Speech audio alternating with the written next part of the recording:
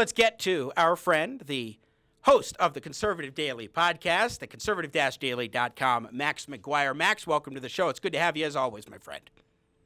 Hey, thanks again for having me on. Good to have you. So let me ask you to kind of get us up to speed, because we had something crazy happen yesterday. Leaked audio of conversations between then Vice President Joe Biden and the former president of Ukraine, Mr. Poroshenko, that said some interesting things about how Biden, at least seems to have said some interesting things about how Biden was approaching this prosecutor situation that eventually was part of what happened with the impeachment thing that got Trump's curiosity about Hunter Biden. Yeah, so just so we're all clear, Joe Biden admitted months ago, years ago, to all of this. He admitted that he had forced Ukraine to fire their prosecutor, and he refused to give them $1 billion in loan guarantees unless they fired their prosecutor. It was a gross example of interference in another country's domestic affairs. So Biden bragged about it. He went before the Council on Foreign Relations, and he's on tape bragging about it. What we saw yesterday drop was the recordings from the Ukrainian side of the conversation. So it wasn't being recorded on the American end.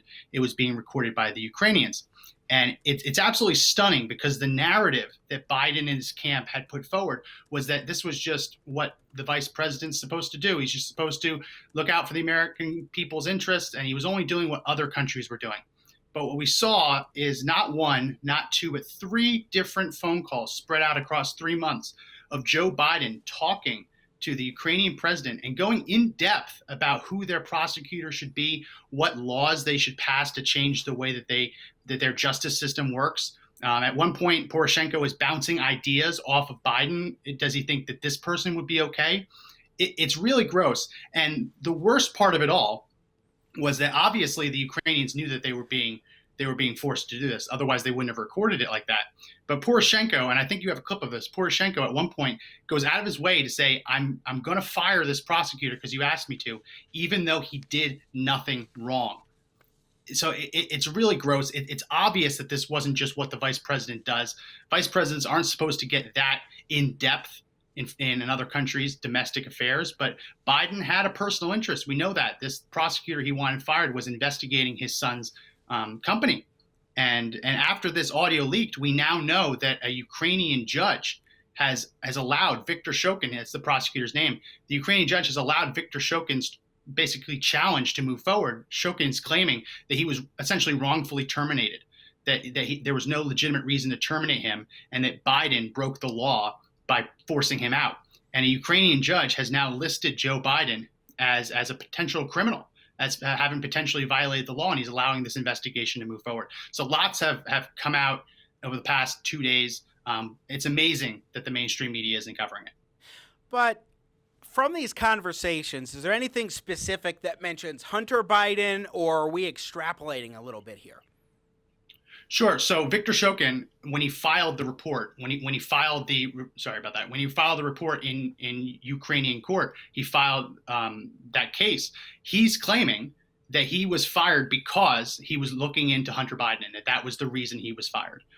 So there is that side of it too. And there's also the fact that we know that Joe Biden knew about his son being on the board. We have pictures of him golfing not only with Hunter Biden, but with another Burisma board member.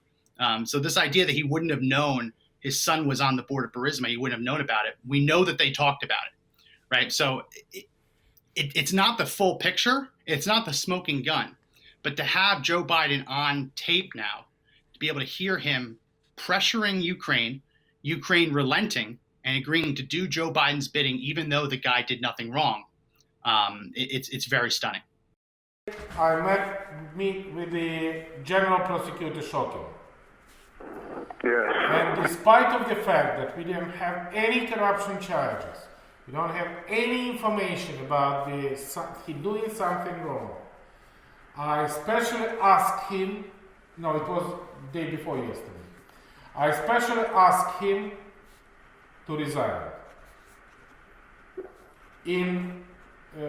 as his position as a state person, and despite of the fact that he has a support in the parliament. And as a finish of my meeting with him, he promised me to give me the statement on resignation. Yeah, it's striking, too, when you think about it, Max McGuire, because as we look at these conversations, and if you hear it, you hear the two going back and forth. It really is a case that Poroshenko, the former president of Ukraine at the time, he was trying to make Biden feel very appreciated and really warm and friendly as much as he could as he was going through this process of, for admittedly, apparently, no reason, firing the prosecutor that happened to be investigating Biden's son. Yeah. I mean, it's a lot of coincidences.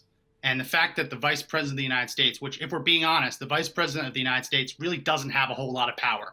He's there in case the president becomes incapacitated, and he has to be there if the Senate's deadlocked and he has to break a tie.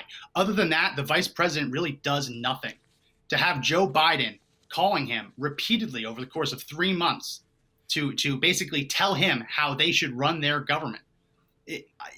There's too many coincidences here, Jimmy. There's too many coincidences.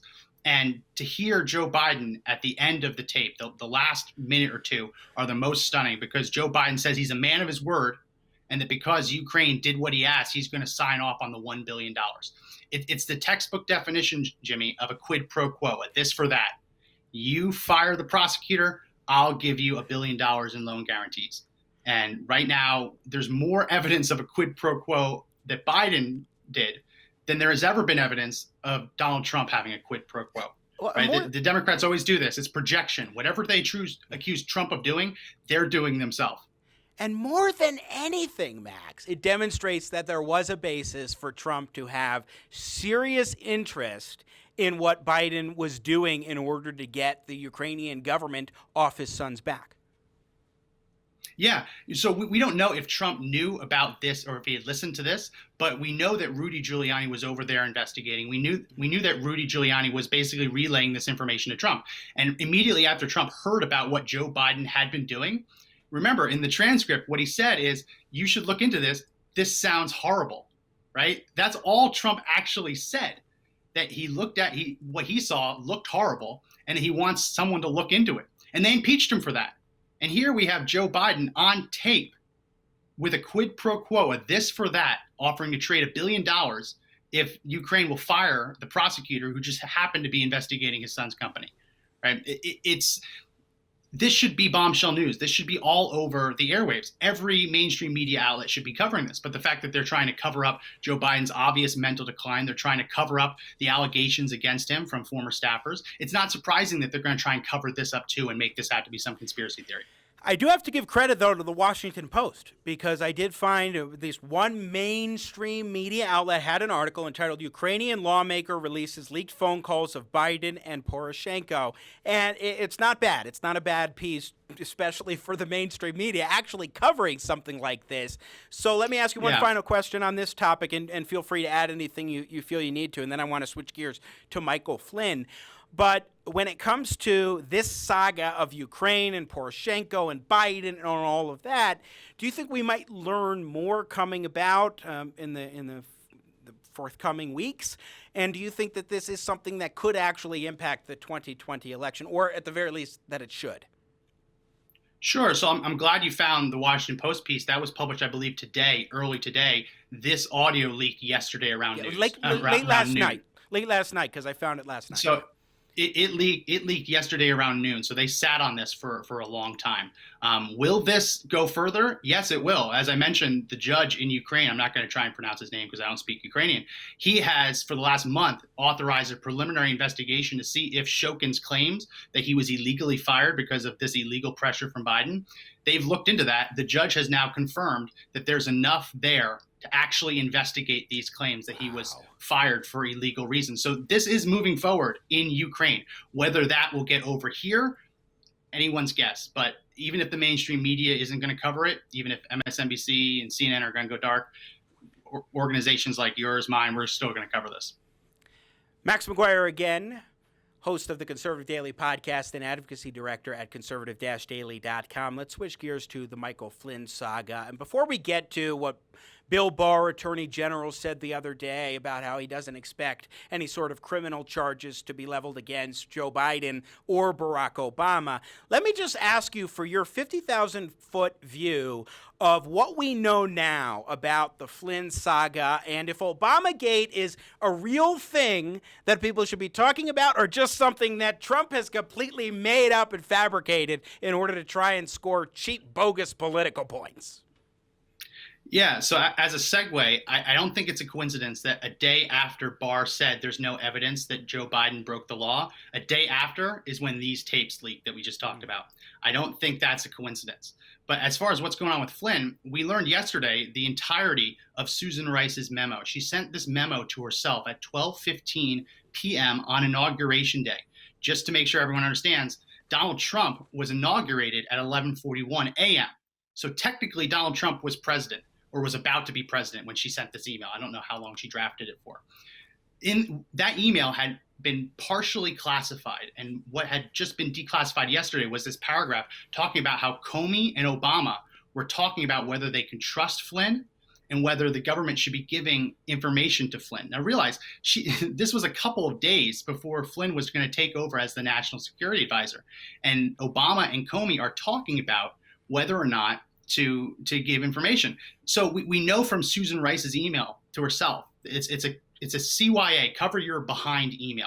That's the only reason you send an email to yourself like this seconds before being forced out of the White House, right? It's definitely a CYA email. But we know from that, we also know from Sally Yates's testimony that Obama is the one that called this meeting about Flynn. Right. Obama is the one who sent everyone else out of the room and said, Comey, Biden, Yates, stay behind. I want to talk to you about Michael Flynn, about what I've heard. Now, the really interesting thing about this is that January 5th meeting that this memo was describing, that's the same day that Barack Obama's chief of staff unmasked Michael Flynn in an intelligence report. So the really interesting thing about this is Sally Yates was caught off guard. She didn't know what Obama was talking about. He knew more than the Deputy Attorney General. So he wasn't briefed by Comey. He wasn't briefed by the Deputy Attorney General, Sally Yates. And yet he had gotten this intelligence through some other means, right? He'd gotten that transcript, and his chief of staff had unmasked it for him before the meeting, because if he hadn't unmasked it, he would have known about the phone conversation, and he wouldn't have asked them to stay behind for the meeting. So the question is, if the FBI didn't send this to him, and the DOJ didn't send this to them, who sent this to him? Was it Brennan? Was it Clapper? Was it someone else we don't even know about yet? Who sent it to him? This thing's going to get much bigger than we even know about. Again, if the mainstream media doesn't cover it, it's going to be up to people like us to cover it. Oh, of course, we will be all over it. But what's so stunning is that role of the President of the United States on the one hand, and then the role of the now former Vice President of the United States, wannabe president come 2021, Joe Biden, who just 2 Sundays ago told George Stephanopoulos, I don't know anything. All I knew was that there was an investigation that they were trying to do. That was all that I knew. And now we know that was a flat lie. And Joe Biden was at the very least much more aware, but also he wanted Flynn's name unmasked. He and Obama both were among the 39 individuals who tried to get it unmasked and were successful. Yeah. Biden said he had no idea about the investigation. He was the one doing some of the investigating, but unmasking Flynn. I mean, this goes much deeper. Usually when you think you get to Obama, you get to the president, you think you've gotten to the top. But the real question is, who was in Obama's ear? Because it wasn't the DOJ. It wasn't, officially at least, it wasn't the FBI. It was someone else. It was someone else on that list of unmaskers. I think it was probably Brennan or Clapper. And I think that's why they've kind of clammed up in recent weeks. But absolutely, Biden had a flat-out lie saying that he had no idea about this when he was doing the unmasking. And he was sitting in that meeting. He was sitting in that meeting, that Obamagate January 5th meeting. So he's going to claim ignorance. I know he wants to be president. At some point, he's going to have to leave his basement to do that. But when he leaves that basement, there's going to be a lot of people asking questions. No, Joe could do the whole campaign from his basement. In fact, it's better when he's reading from teleprompters and not having to go in front of real people. Come on, you can't be suggesting he might need to leave his basement, Max. I think we should get those geese in the same room as them and see what happens, because they have much more vitality than he does. Like, I'd rather watch the geese playing than Joe Biden trying to put together a sentence. Let's go to Bill Barr in cut 8. This is what Barr actually said about how he doesn't expect there will be an investigation that will take place leading to criminal charges leveled against Biden or Obama. Now, under the longstanding standards of the department, criminal charges are appropriate only when we have enough evidence to prove each element of a crime beyond a reasonable doubt. That is the standard we're applying. Now, I have a general idea of how Mr. Durham's investigation is going. And as I have indicated, some aspects of the matter are being examined as potential crimes. But we have to bear in mind what the Supreme Court recently reminded us of in the Bridgegate case. As the court said there's a difference between an abuse of power and a federal crime. Not every abuse of power, no matter how outrageous, is necessarily a federal crime. Now, as to President Obama and Vice President Biden, whatever their level of involvement, based on the information I have today, I don't expect Mr. Durham's work will lead to a criminal investigation of either man. Our concern over potential criminality is focused on others. Focused on others is the criminal concern. Yeah. What did you make of that, Max McGuire? Because his point about abuse of power is one of the arguments that the Trump team was making, legal team, during the impeachment proceedings, that, okay, you can argue maybe that he did some sort of abuse of power, but that doesn't make it a crime. Yeah, so the crime in this case would be deprivation of rights under color of law. So you look at what's happened to Michael Flynn. He has absolutely had his rights violated. He's had to spend millions on his legal defense. He's been forced to plead guilty. They pressured him into pleading guilty so that he could save his son from being prosecuted. Michael Flynn had his rights violated just by the fact that you had all those people unmasking him without a warrant. I mean, what we're talking about here is he was the incoming national security advisor having a legal conversation with a foreign counterpart during the transition period. He had the right to privacy. And in order for the government to spy on his conversations, they'd have to get a warrant to do so. Unmasking him without a warrant is absolutely a violation of his rights, his right to privacy, right? Because they didn't need to unmask him. They wanted to see what the Trump officials were doing. So there was absolutely rights violated there. And if you look at the actual statute, there is no law on the books for abuse of power, but the most relevant statute would be deprivation of rights under color of law, basically using their power to abuse someone and violate their rights. So whether or not you can stick Biden with that crime or Obama with that crime, you're going to be able to stick someone else with that kind of crime. And the fact that Obama and Biden were in the room when this was all being planned out would make them accessories or co-conspirators, right? You can build the case. You can build the case, but you have to understand that what was happening, what was going on, was illegal. It was a violation of his rights. It was a violation of the law. And to say that these people can be in the room giving the FBI and DOJ their marching orders, which Susan Rice said he claimed was only supposed to be by the book. You only send that email to yourself minutes before the next administration comes in if it wasn't by the book, right? That's a CYA email. The fact that they were in the room, at the very least, makes them accessories or co-conspirators, which if you actually had someone who wanted to prosecute them, you could make the case. Whether or not a grand jury would indict Barack Obama, I doubt it, right? But you could make the case, you can make the argument, at least at an academic level. Here's the thing that this just demonstrates. I think it's the nail in the coffin of the phony argument that there were no scandals. There was nothing, no improprieties under Barack Obama as president of the United States. There were a lot of scandals. The media just didn't cover them. And this, I think, is the final nail in the coffin of that phony argument. Yeah, I want to go back to the times when CNN was complaining about Donald Trump getting 2 scoops of ice cream and everyone else only got 1. I mean, those are the scandals I want. I mean, you hear that from the left, that, the biggest scandal during the Obama years was that he wore a tan suit one day. What? They weren't paying attention, right? They're making fun of the Trump campaign for the truth over facts. I don't think it's that Trump campaign over truth over facts, and they didn't even realize that Biden had said it. They weren't not paying attention. They were ignoring it. They weren't not paying attention. Yeah. They knew about it. They weren't paying attention, Max McGuire. Yeah. I mean, it's on full display. That fake website that the Trump campaign put up to talk about Joe Biden's misdeeds, they called it Truth Over Facts, which is a Biden quote. And you had reporters out there making fun of the Trump campaign for calling it Truth Over Facts. Don't they realize truth and facts are the same thing? Not even realizing that the words came out of Biden's mouth, right? They're not covering Biden. They're not covering Obama legitimately. They're giving them a pass. So when all these things come out, for you and me, we've been following this from the beginning. So we're able to put the pieces together, and we're able to talk about the Yates testimony and the Rice memo, right? And Comey's notes. We're able to put all these pieces together to paint the picture. And they're over here, and they've been asleep the whole time. They're like, wait, what's going on? They're acting like it's a nothing burger when this is the biggest political crime in our country's history.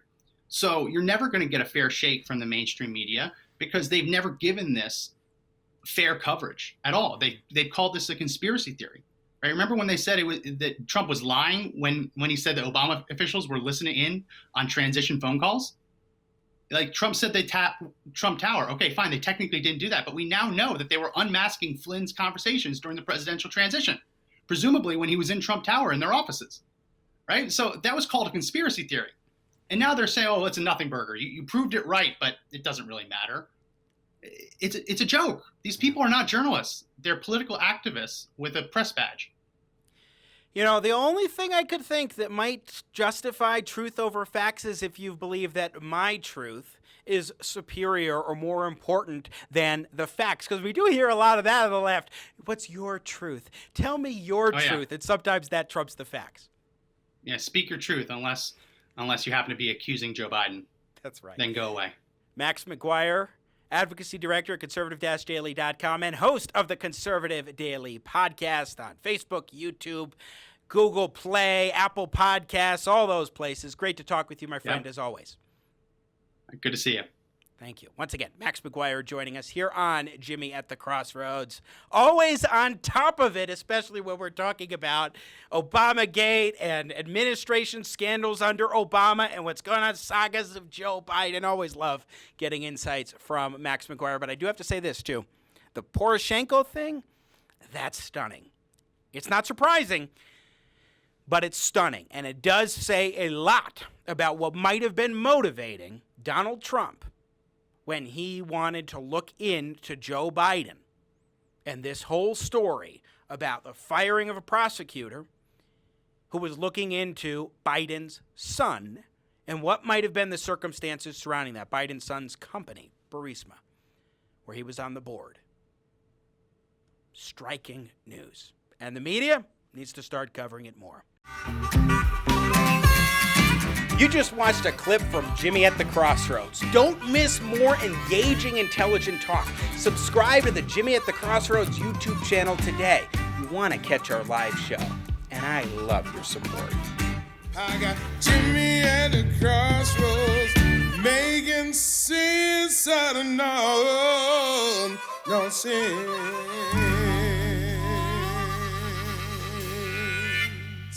Yeah.